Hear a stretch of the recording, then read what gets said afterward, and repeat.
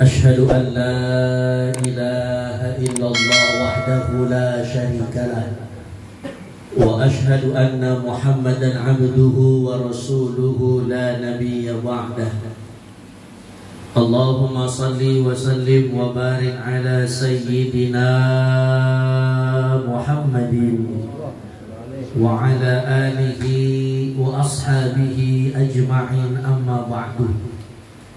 Yang sama-sama kita hormati segenap para ustadz, para ustadzah yang hadir pada kesempatan pagi ini. Wabil khusus yang sama-sama kita cintai, kita doakan sahibul bait, sahibul hajat yang terhormat Bapak Batman Servi dan Ibu Nur Afiyah beserta keluarga besarnya.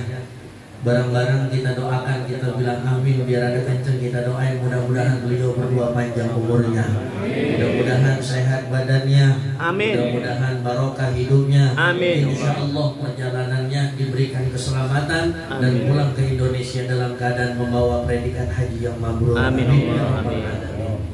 Yang sama-sama kita hormati segenap para tokoh masyarakat, Pak Wahyu beserta para pengurus Masjid Jami Al-Islah, yang mohon maaf namanya satu persatu saya tidak bisa sebutkan karena nggak ada catatannya. Kalau saya sebutin zuhur baru selesai. Kalau kata bahasa pantun, ikan sepat, ikan gabus, ikan lele, tukang urut membawa koper. Lebih cepat, lebih bagus, kagak bertele-tele. Emang perut kita udah pada lapar. Mudah-mudahan kehadiran kita pada siang hari ini membawa barokah bagi kita semuanya. Amin ya rabbal alamin. Bapak Ibu yang dirahmati oleh Allah, saya mau nanya dulu, kira-kira Ustaz Batman saya ceramahnya berapa jam ini ya? 2 jam, 3 jam, 4 jam, apa 5 jam ya? Kalau terserah saya, berarti kalau terserah saya maghrib baru pulang kayaknya kita rumah. Ngomong-ngomong kalau ada bangku enak kali ya. Warna biru apa-apa bawa kesini aja lagi ya. Jadi saya ceramahnya biar ada enak pakai bangku, jadi kagak berasa.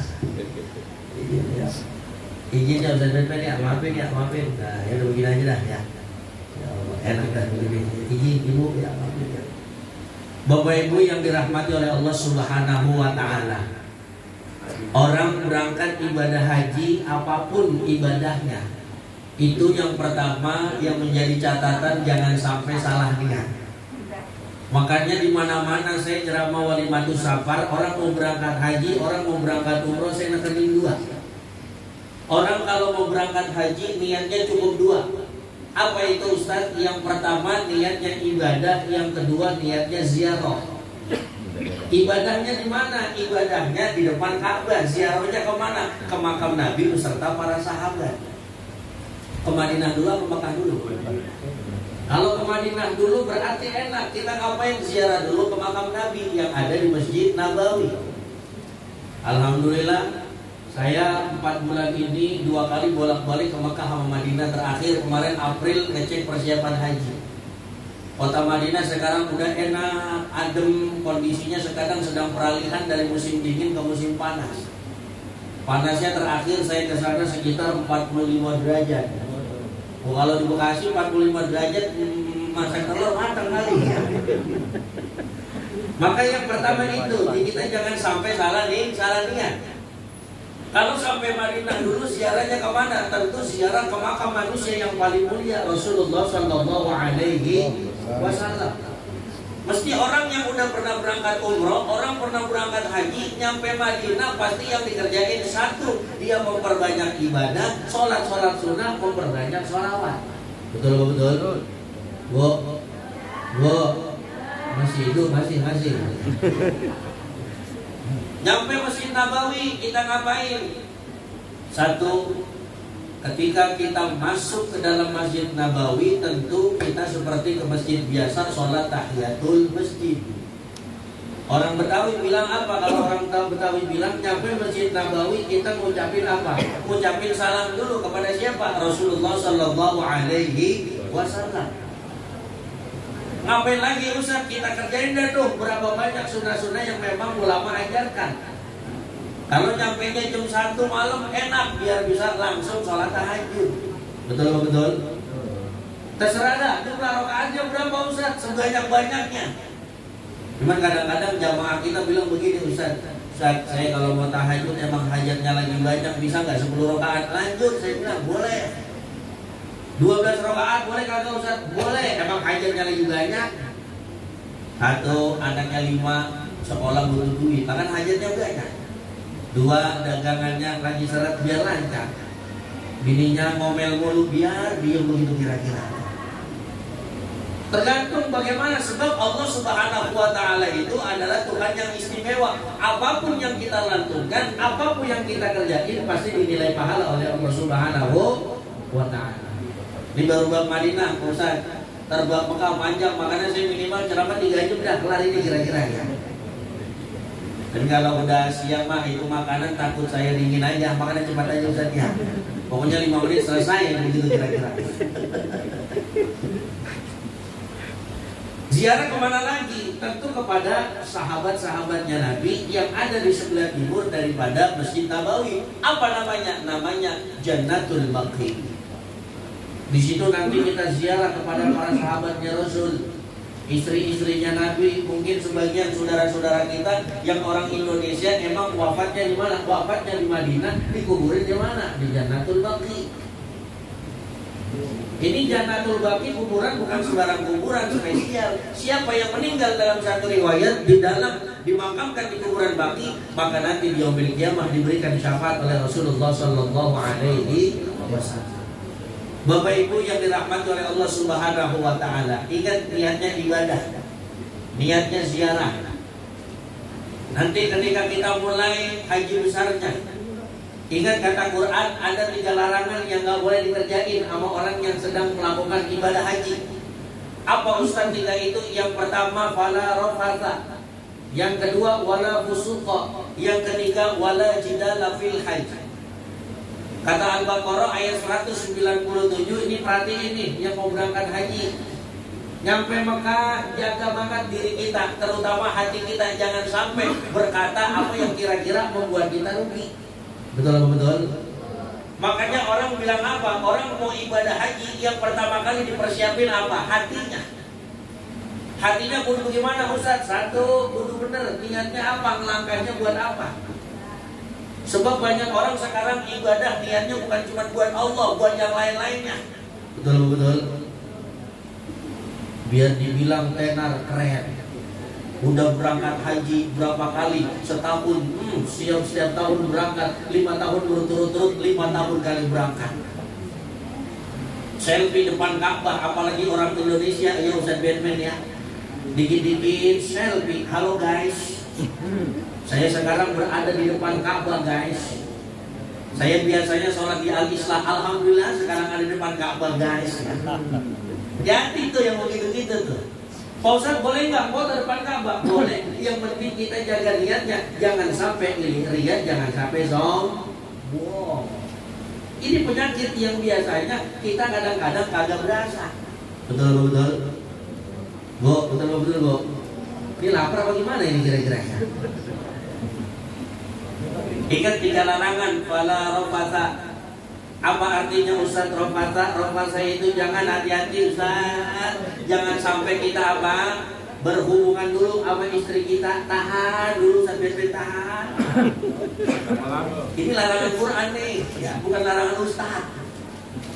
Fala rafatha, jangan dulu kalau udah lagi ibadah haji fokus, jangan pakai mikirin yang lain. Betul betul. Apalagi wala fusuqa. Nih, ini yang kadang-kadang kita kagak sadar diri. Apa fusuk? Berkata yang jelek-jelek. Jadi yang berangkat haji bukan cuma orang Indonesia. Orang India berangkat haji, orang Turki berangkat haji, orang Uzbekistan berangkat haji, orang Turki berangkat. Semuanya pasti ntar di sana kita temuin apa yang dinamakan orang dengan berbagai macam jenisnya. Ingat, lihat yang ada cocok sama kita, jangan pakai kata. Ini ngerti makanya kira-kira bahasa saya. Ngelihat maaf ya orang India yang rada beda emang sama kita, jangan pakai kata. La ilaha illallah, itu Romanov matanya beda sama kita, jangan. La ilaha illallah, kayaknya mukanya rada beda sama orang kita. Kalau kita kan enak mancung-mancung, dia sebelum semua begitu. Awas jangan pakai kata yang begitu. Kenapa? Karena kadang-kadang sesuatu yang buruk kita kerjakan di tempat yang baik justru nanti mendatangkan keburukan.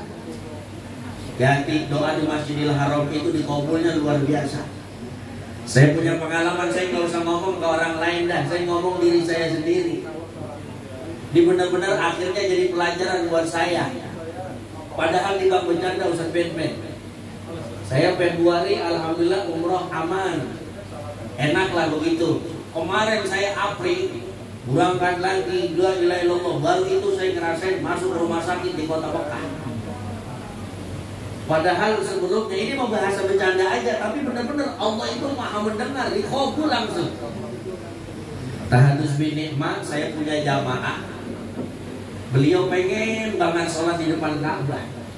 Karena memang berangkat dari Indonesia, Ustaz, dalam keadaan beliau kakinya sedang tidak kurang sehat, sedang sakit. Kemana-mana ditenteng pakai apa? Kursi roda.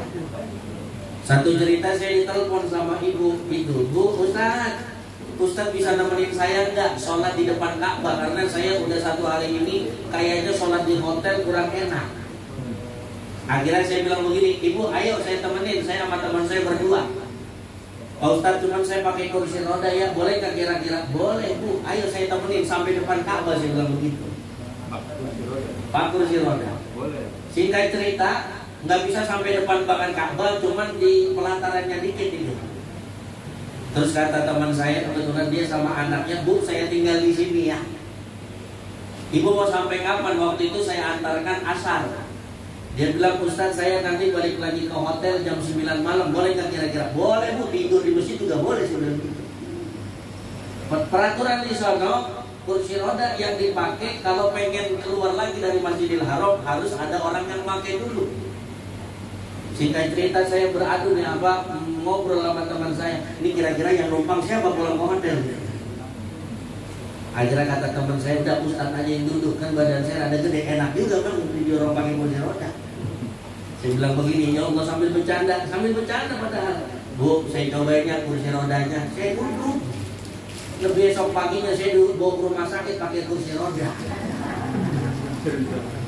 Dan demi Allah, kenapa? Karena jam 2:30 saking lelahnya, saya bawa jamaah ke Taif, ke City Tour di kota Mekah, umroh sampai 3 kali, akhirnya saya tepar. Saya tepar jam 2:30, badan saya panas. Agak turun, saya muntah-muntah karena emang kurang makan. 1 kurang makan, 2 kangen istri. Kalau laki-laki kan ditinggal istri, mana kangen aja Ustaznya. Iya. Kalau Ustaz mah sebenarnya itu ngomongnya akhirnya bener jam 2:30 saya gua pakai kursi roda yang dia punya, dia gak coba itu. Makanya kadang-kadang maaf bercanda aja di Masjidil Haram itu bisa Allah kabul, apalagi yang beneran. Makanya besok depan kamu udah Ustaz doa biar bener, ya Allah duit. Salah apa enggak? Enggak salah. Yang penting minta duitnya buat akhirat. Betul. Sekarang saya tanya, duit butuh apa? Hidup butuh duit apa enggak? Bu, butuh apa enggak? Butuh. Tapi ingat, duit kita pakai untuk yang menghantarkan kita kemana? Ke akhirat. Berangkat haji, Ustaz butuh duit apa enggak? Ayo berangkat haji butuh duit apa enggak? Betul. Makanya kalau kata orang Sunda, ayah nama, kalau kata mertua saya, orang berangkat haji itu 2 butuhnya. 1 butuh fisik, 2 butuh pesa. Begitu kira-kira kalau kata orang Sunda. 1 fisiknya harus kuat, 2 duitnya juga harus kuat. Meskipun kadang-kadang undangan haji itu nggak mesti modalnya duit. Banyak orang yang Allah takdirkan berangkat haji, banyak yang Allah takdirkan berangkat umroh tanpa duit. Orang kaya punya duit banyak, nggak apa-apa dah, error dikit mau wajar ya kali ya. Selalu ya. Ngaso dulu ngaso.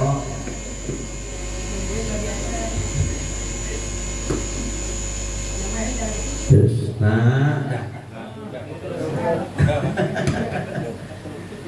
Romannya soalnya udah lapar ini ya. Sama kayak yang ceramah ini. Ibu, Bu, lanjut.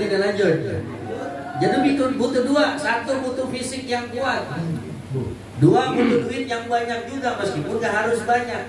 Ingat, orang berangkat haji, orang berangkat umroh karena takdir Allah, karena disebut duyufur rahman. Ada orang kaya bener, tapi kagak diundang-undang apa ke Ahmad Madinah. Ada nggak yang begitu? Tapi ada orang miskin, bukan miskin lagi, kismin. Kismin itu di bawahnya miskin ya. Terus di bawahnya kismin ada belangsak. Di atasnya belangsak ada melarat. Ya. Mudah-mudahan kita nggak termasuk golongan itu, amin ya. Tahun lalu kata mertua saya sekamar sama orang Jawa Timur. Ngobrol-ngobrol ketemu di Masjidil Haram. Setiap hari kerjaannya cuma ngerongsok dia punya sampah di daerahnya.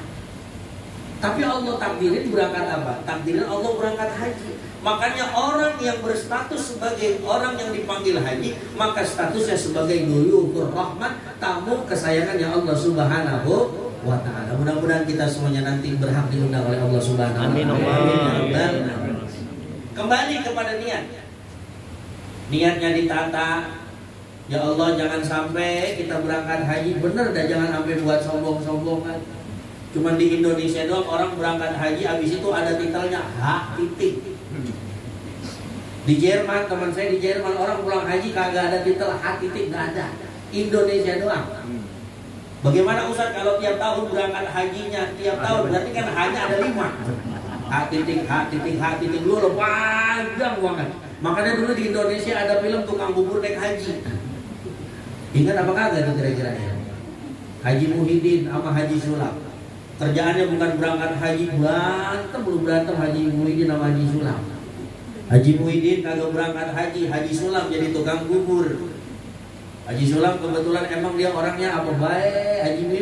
Haji Muhyiddin emang rada dengki dia orangnya tidak.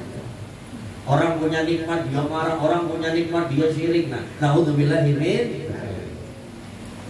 Sampai nanti Mekah menjalankan daripada haji besarnya, ingat Al-Hajju Arafah. Ini yang paling penting. Haji itu diantara inti daripada ibadah haji adalah ketika nanti kita di padang Arafah.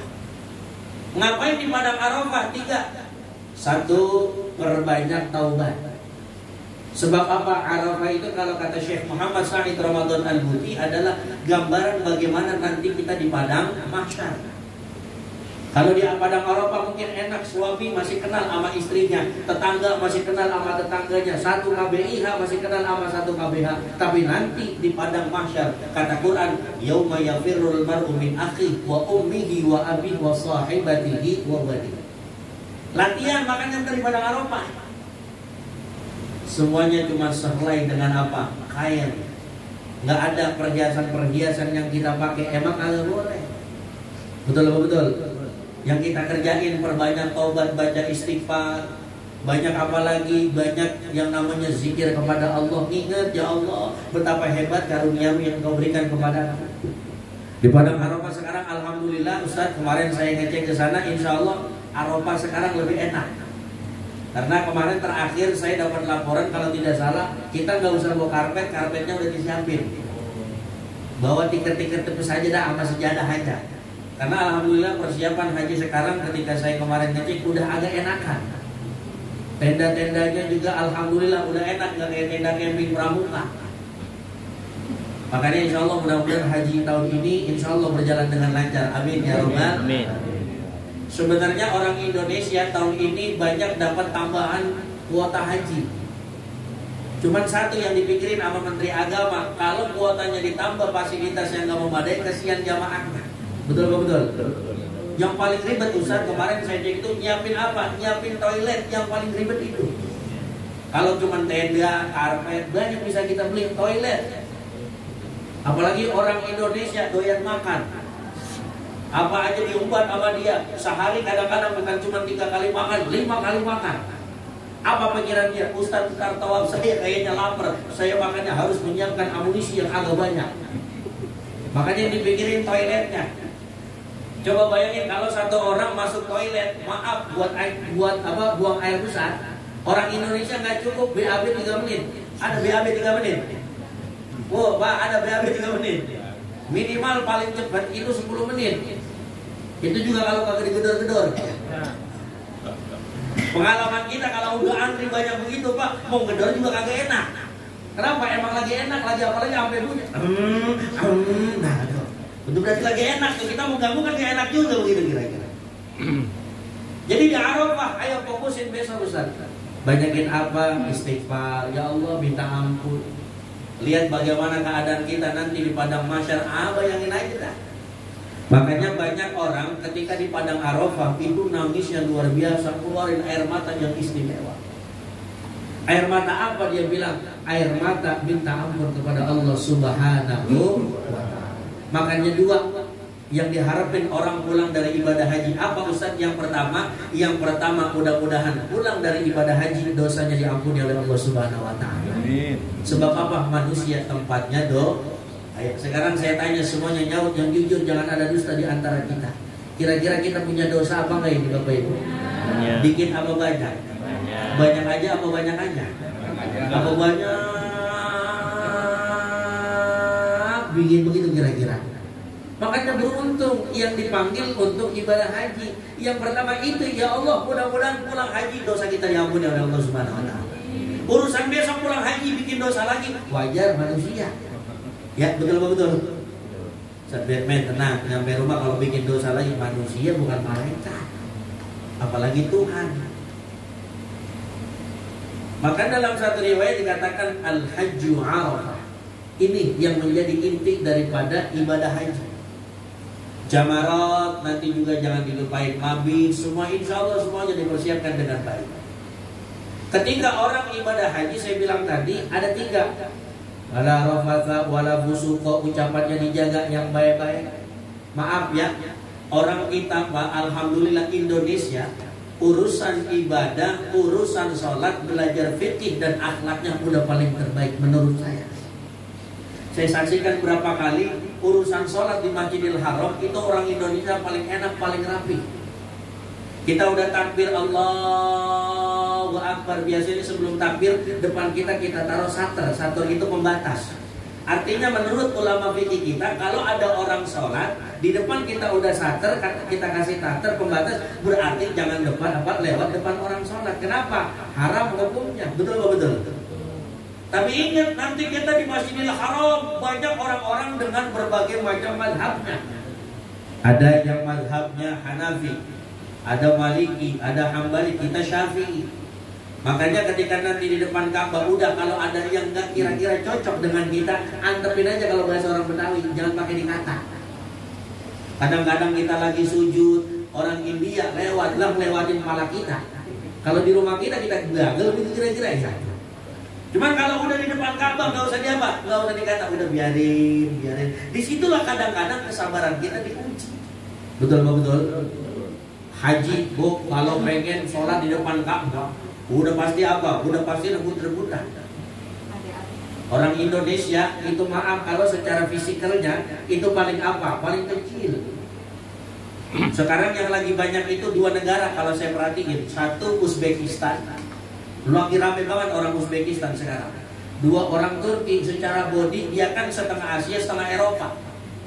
Wa ilaha illallah, saya punya jamaah pernah hampir berantem depan Ka'bah gara-gara berebutan sholat. Saya bilang, jangan begitu, sabar. Kalau emang kebagian kagak kebagian, habis Ustaz dia dorong saya katanya. Jangan sabar. Kita dorong balik, yang ada kita yang jatuh.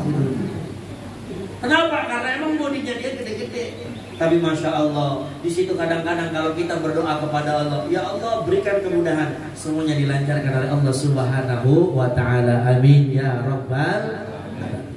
Yang terakhir, yang penting larangan Quran yang jangan sampai kita langgar. Apa? Wala jidala fil haji. Ini yang paling penting. Kalau udah ibadah haji, satu terakhir yang paling penting, jangan sampai berantem. Berantem sesama siapa? Satu, sesama jamaah. Kalau ada yang gak cocok, kira-kira misalkan kita satu KBIA, jangan kita ajak berantem. Karena ini di Mekah posisinya bukan di Harapan Indah. Orang di Harapan Indah geser-geser motor apa mobil berantem, boleh berantem dah. Apalagi pertigaan sini kadang-kadang kita lewat, ya Allah, motor sama mobil tantin berantem, biarin dah di sana sama di sini mah nggak apa-apa dah. Tapi sampai sono kalau ada yang nggak cocok, jangan sampai kita berantem. Biasanya terjadi di mana? Padang Arafah. Biasanya terjadi. Kenapa? Merasa dia udah punya tempat buat duduk, buat sholat, akhirnya ada orang datang, kagak cocok, berantem akhirnya. Ada juga penyakit ibu-ibu, hati-hati bu, ya bu, hati-hati. Apa penyakit ibu-ibu di Arafah? Karena biasanya kumpul sama-sama orang Indonesia yang biasanya disuruh istighfar, suruh tasbih, suruh zikir, kagak sengaja ngobrol-ngobrol jadi ngomongin orang. Ada ustaz begitu? Ada. Banyak apa sedikit? Banyak. Jadi kadang-kadang kan orang Indonesia kumpul begitu kan, yang laki-laki, kalau laki-laki mah aman dah, paling diomongin apa kalau laki-laki. Kalau nggak bisnis janda pak. Kalau ibu-ibu kan banyak, kadang-kadang maaf ya, nggak kepikiran temanya, akhirnya gara-gara kumpul jadi kebikin tema itu meriah. Ini yang biasanya terjadi. Kumpul 3-4 orang, ibu dari mana? Alhamdulillah saya dari Bekasi. Ibu dari mana? Saya Indramayu. Oh Indramayu terkenal tuh ya, sama mangganya gini-gini. Oh iya saya juga punya tetangga dari Indramayu. Oh cuma dia lupa sama saya sekarang, utang-utang udah susah bohong. Kemarin juga saya perhatiin di Facebooknya kayaknya mau udah cerai sama lakinya. Nah, orang betul apa betul? Nggak berasa tapi nyata. Nih hati-hati di jamaah Indonesia. Ibu dari mana? Saya dari Jakarta. Ibu Makassar. Ibu ntar pulang tanggal berapa? Tanggal sekian, tanggal sekian. Bu pulang mau beli oleh-oleh. Saya mah biasa. Kalau orang Bugis, orang Makassar biasanya beli emas. Saya kemarin nemenin orang jamaah orang Makassar itu, dia beli emas sampai 60 juta di Mekah dia gitu. Ibu beli emas, iya emang apa niatnya? Ya biasalah investasi. Cuman juga saya pengen nyampe rumah ntar biar dikata hebat, gelangnya banyak. Jadi saya nggak dikata miskin, nggak kayak tetangga saya. Tetangga saya kaya doang, cuman nggak punya emas. Tuh jadi ngomongin orang. Betul apa betul? Tapi kadang-kadang yang begini nggak kerasa, tapi nyata adanya. Makanya hati-hati ketika kita nanti di Mekah berkumpul kepada siapapun. Ingat, jaga ucapan kita, jangan sampai mengucapkan hal-hal yang justru membatalkan ataupun membuat pahala haji kita hilang. Na'udzubillahi min. Bapak Ibu yang dirahmati oleh Allah Subhanahu wa Ta'ala, sambil nanti nunggu haji besar, ziarahlah ke makam-makam para sahabat Nabi.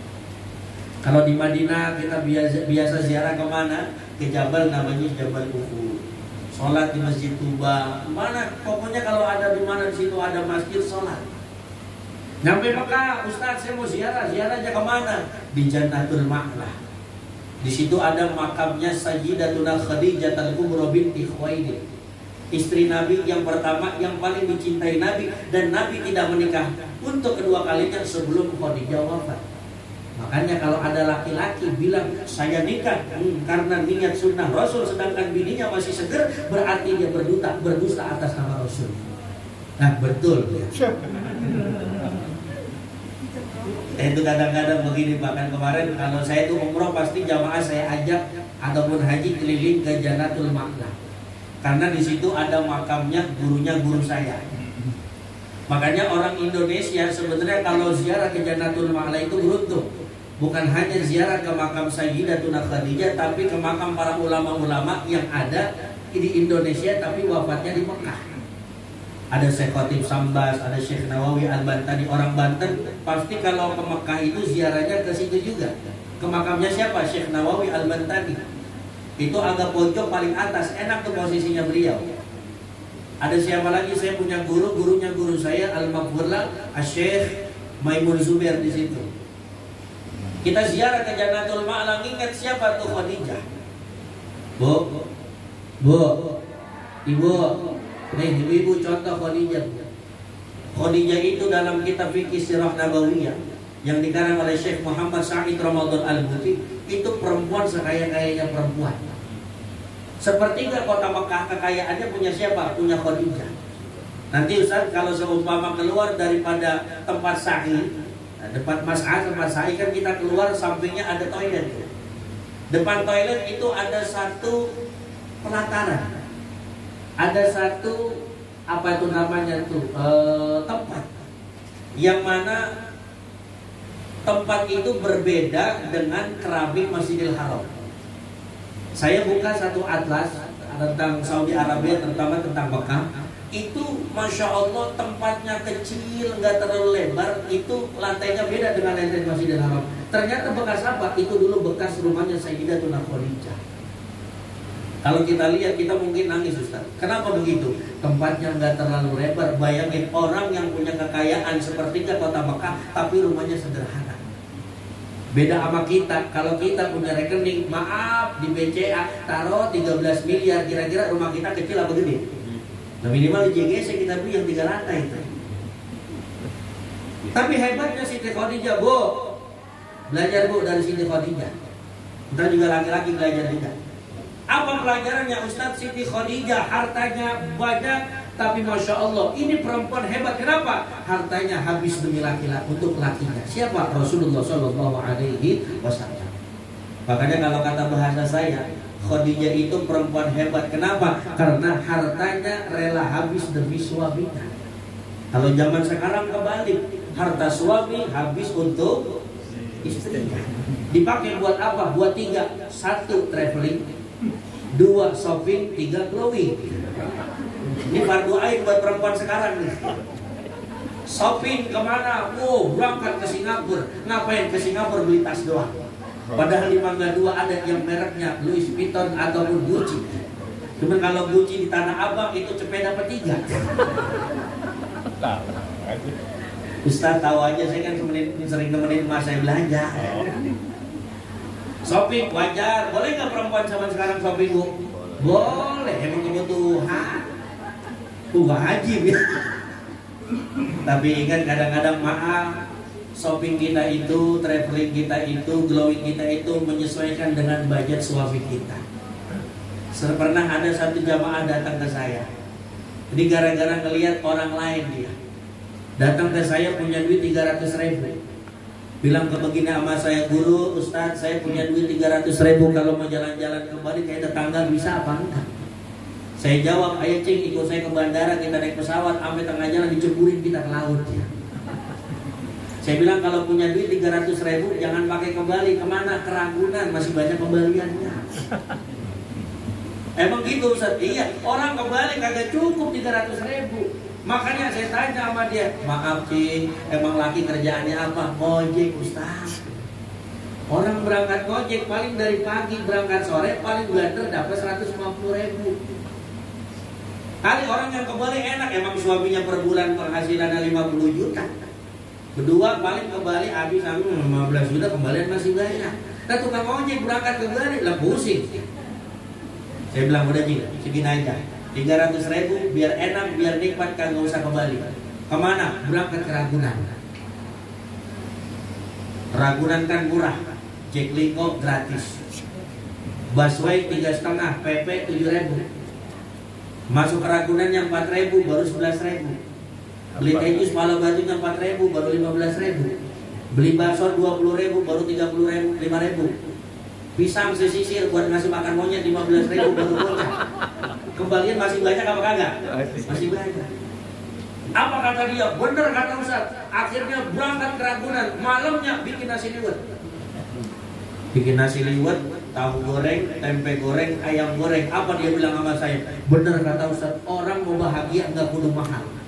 Saya Ustaz berangkat berlima habis 300.000. Ya Allah bahagianya luar biasa. Kenapa? Saya bawa liwet, saya bawa tempe goreng, saya bawa tahu goreng, saya gelar tikar depan kandang macan Ustaz. Apa kata dia? Dia gelar itu tikar depan kandang macan, dengerin macan ngaum, udah girang banget kata dia. Kan ada kalau kita ke Ragunan kan di bawahnya ada tuh ya kalau nggak salah. Saya juga begitu pernah soalnya. Makanya saya bilang bahagia itu nggak perlu mahal, Bu. Nggak harus ke Singapura. Ya Bu, tapi butuh nggak kira-kira tablet? Butuh. Islam juga mengajarkan seperti itu. Shopping, traveling, terakhir glowing. Butuh nggak perempuan glowing? Butuh, biar suaminya naik derajat. Ditanya, wah bininya siapa itu putih banget? Wah lo bininya Ustaz Ben, coba itu angkat sama dia. Coba misalkan ada bini, ya Allah, kil, temannya debuluk tuh. Ditanya bininya siapa? Bininya Fulan. Lah, kira-kira malu apa gak suaminya? Padahal penghasilan suaminya 1 bulan 300 juta. Gua cuma ketimbang ke tempatnya apa, passion apa tuh namanya? 5 juta kagak bisa. Tapi kita balik lagi, Bu, Khadijah. Maka Khadijah itu perempuan istimewa. Makanya Rasul nggak berani ketika itu memadu sosok Sayyidatuna Khadijah. Makanya sejarah mencatat Rasul itu menikah lagi ketika Khadijah wafat. Khadijah wafat baru nikah lagi. Khadijah belum wafat, belum berani nikah Rasulullah. Maka kalau ada kiai, Ustaz saya nikah lagi 2 kali, bini masih seger, terus dia mengataskan nama Rasul, wallahu a'lam bishawab, bener apa kagak? Bini masih seger, usia 25, ketemu perempuan 18 tahun. Bu Allah kelihatannya bohai, mancung, cakep, mon, tok, bilang mau kayaknya cocok jadi bini kedua. Terus dia bilang, ini mah sunnah Rasul Ustaz. Nah coba itu, lebih ini 25 masih seger, ya kawin lagi sunnah Rasul. Sunnah Rasul tuh Bu, Pak, Pak, ya. Pak,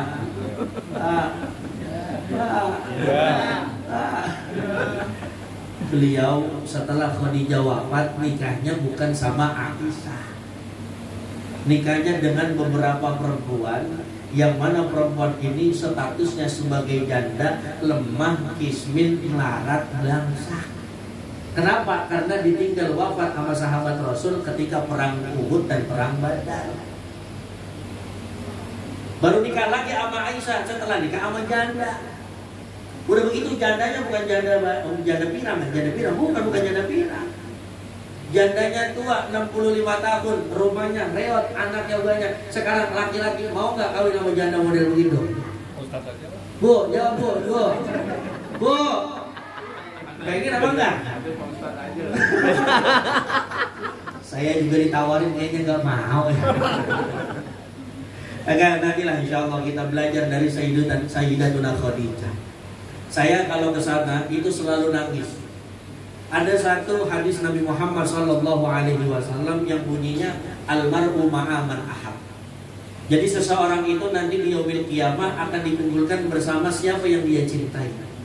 Maka kalau nanti kita di Masjid Nabawi sholawat terus kepada Rasulullah, artinya kita cinta kepada Rasul. Mudah-mudahan nanti di surga bersama Rasulullah SAW.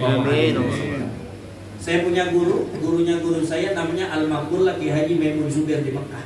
Wafatnya di Mekah. Dikuburkan di Makkah. Ternyata saya pernah dapat satu cerita dari guru saya. Beliau itu mengarang satu syair tentang Sayyidatuna Khadijah.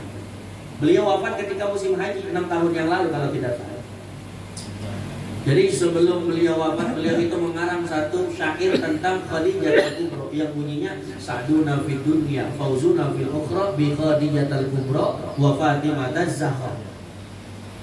Tiap hari beliau nyebut namanya Rasulullah, beliau nyebut nama istrinya Rasulullah Khadijah. Satu cerita beliau sebelum wafat di Indonesia bikin satu surat kepada anak-anaknya. Karena memang beliau wafat itu di usia 92 tahun. Beliau bilang, nah kalau nanti saya nggak sampai ke Indonesia lagi, saya wafat di Mekah, maka mudah-mudahan saya dimakamkan di Jannatul Ma'la. Karena beliau pengen dikuburkan dekat dengan manusia yang diidolakan. Karena kalau meninggal di Madinah nggak mungkin bisa dikuburin di mana? Di Masjid Nabawi. Karena di Masjid Nabawi kan kuburannya isinya cuma 3. 1 Rasulullah, 2 Sayyidina Umar ibn Khattab, dan Sayyidina Abu Bakar As-Siddiq. Nah kalau di Ma'la ini banyak para sahabatnya Rasul, keluarganya juga banyak. Nah akhirnya beliau wafat ketika haji. Alhamdulillah dikuburkan tidak jauh dari makamnya Sayyidatuna Khadijah. Maka ini adalah pelajaran buat kita. Siapa yang kita sekarang cintai di dunia, maka itulah yang akan kita nanti dikuburkan di akhirat. Amin ya robbal. Mudah-mudahan Ustaz Batman beserta istri besok ibadah hajinya dilancarkan oleh Allah Subhanahu wa taala. Tetangga jangan lupa doainnya jangan putus ya Bu. Orang berangkat haji minta doanya. Nanti pulang minta doanya, jangan minta oleh-olehnya doang. Urusan oleh-oleh Ustaz Batman jangan dipikirin, jangan pakai beli di Mekah, di Indonesia aja udah.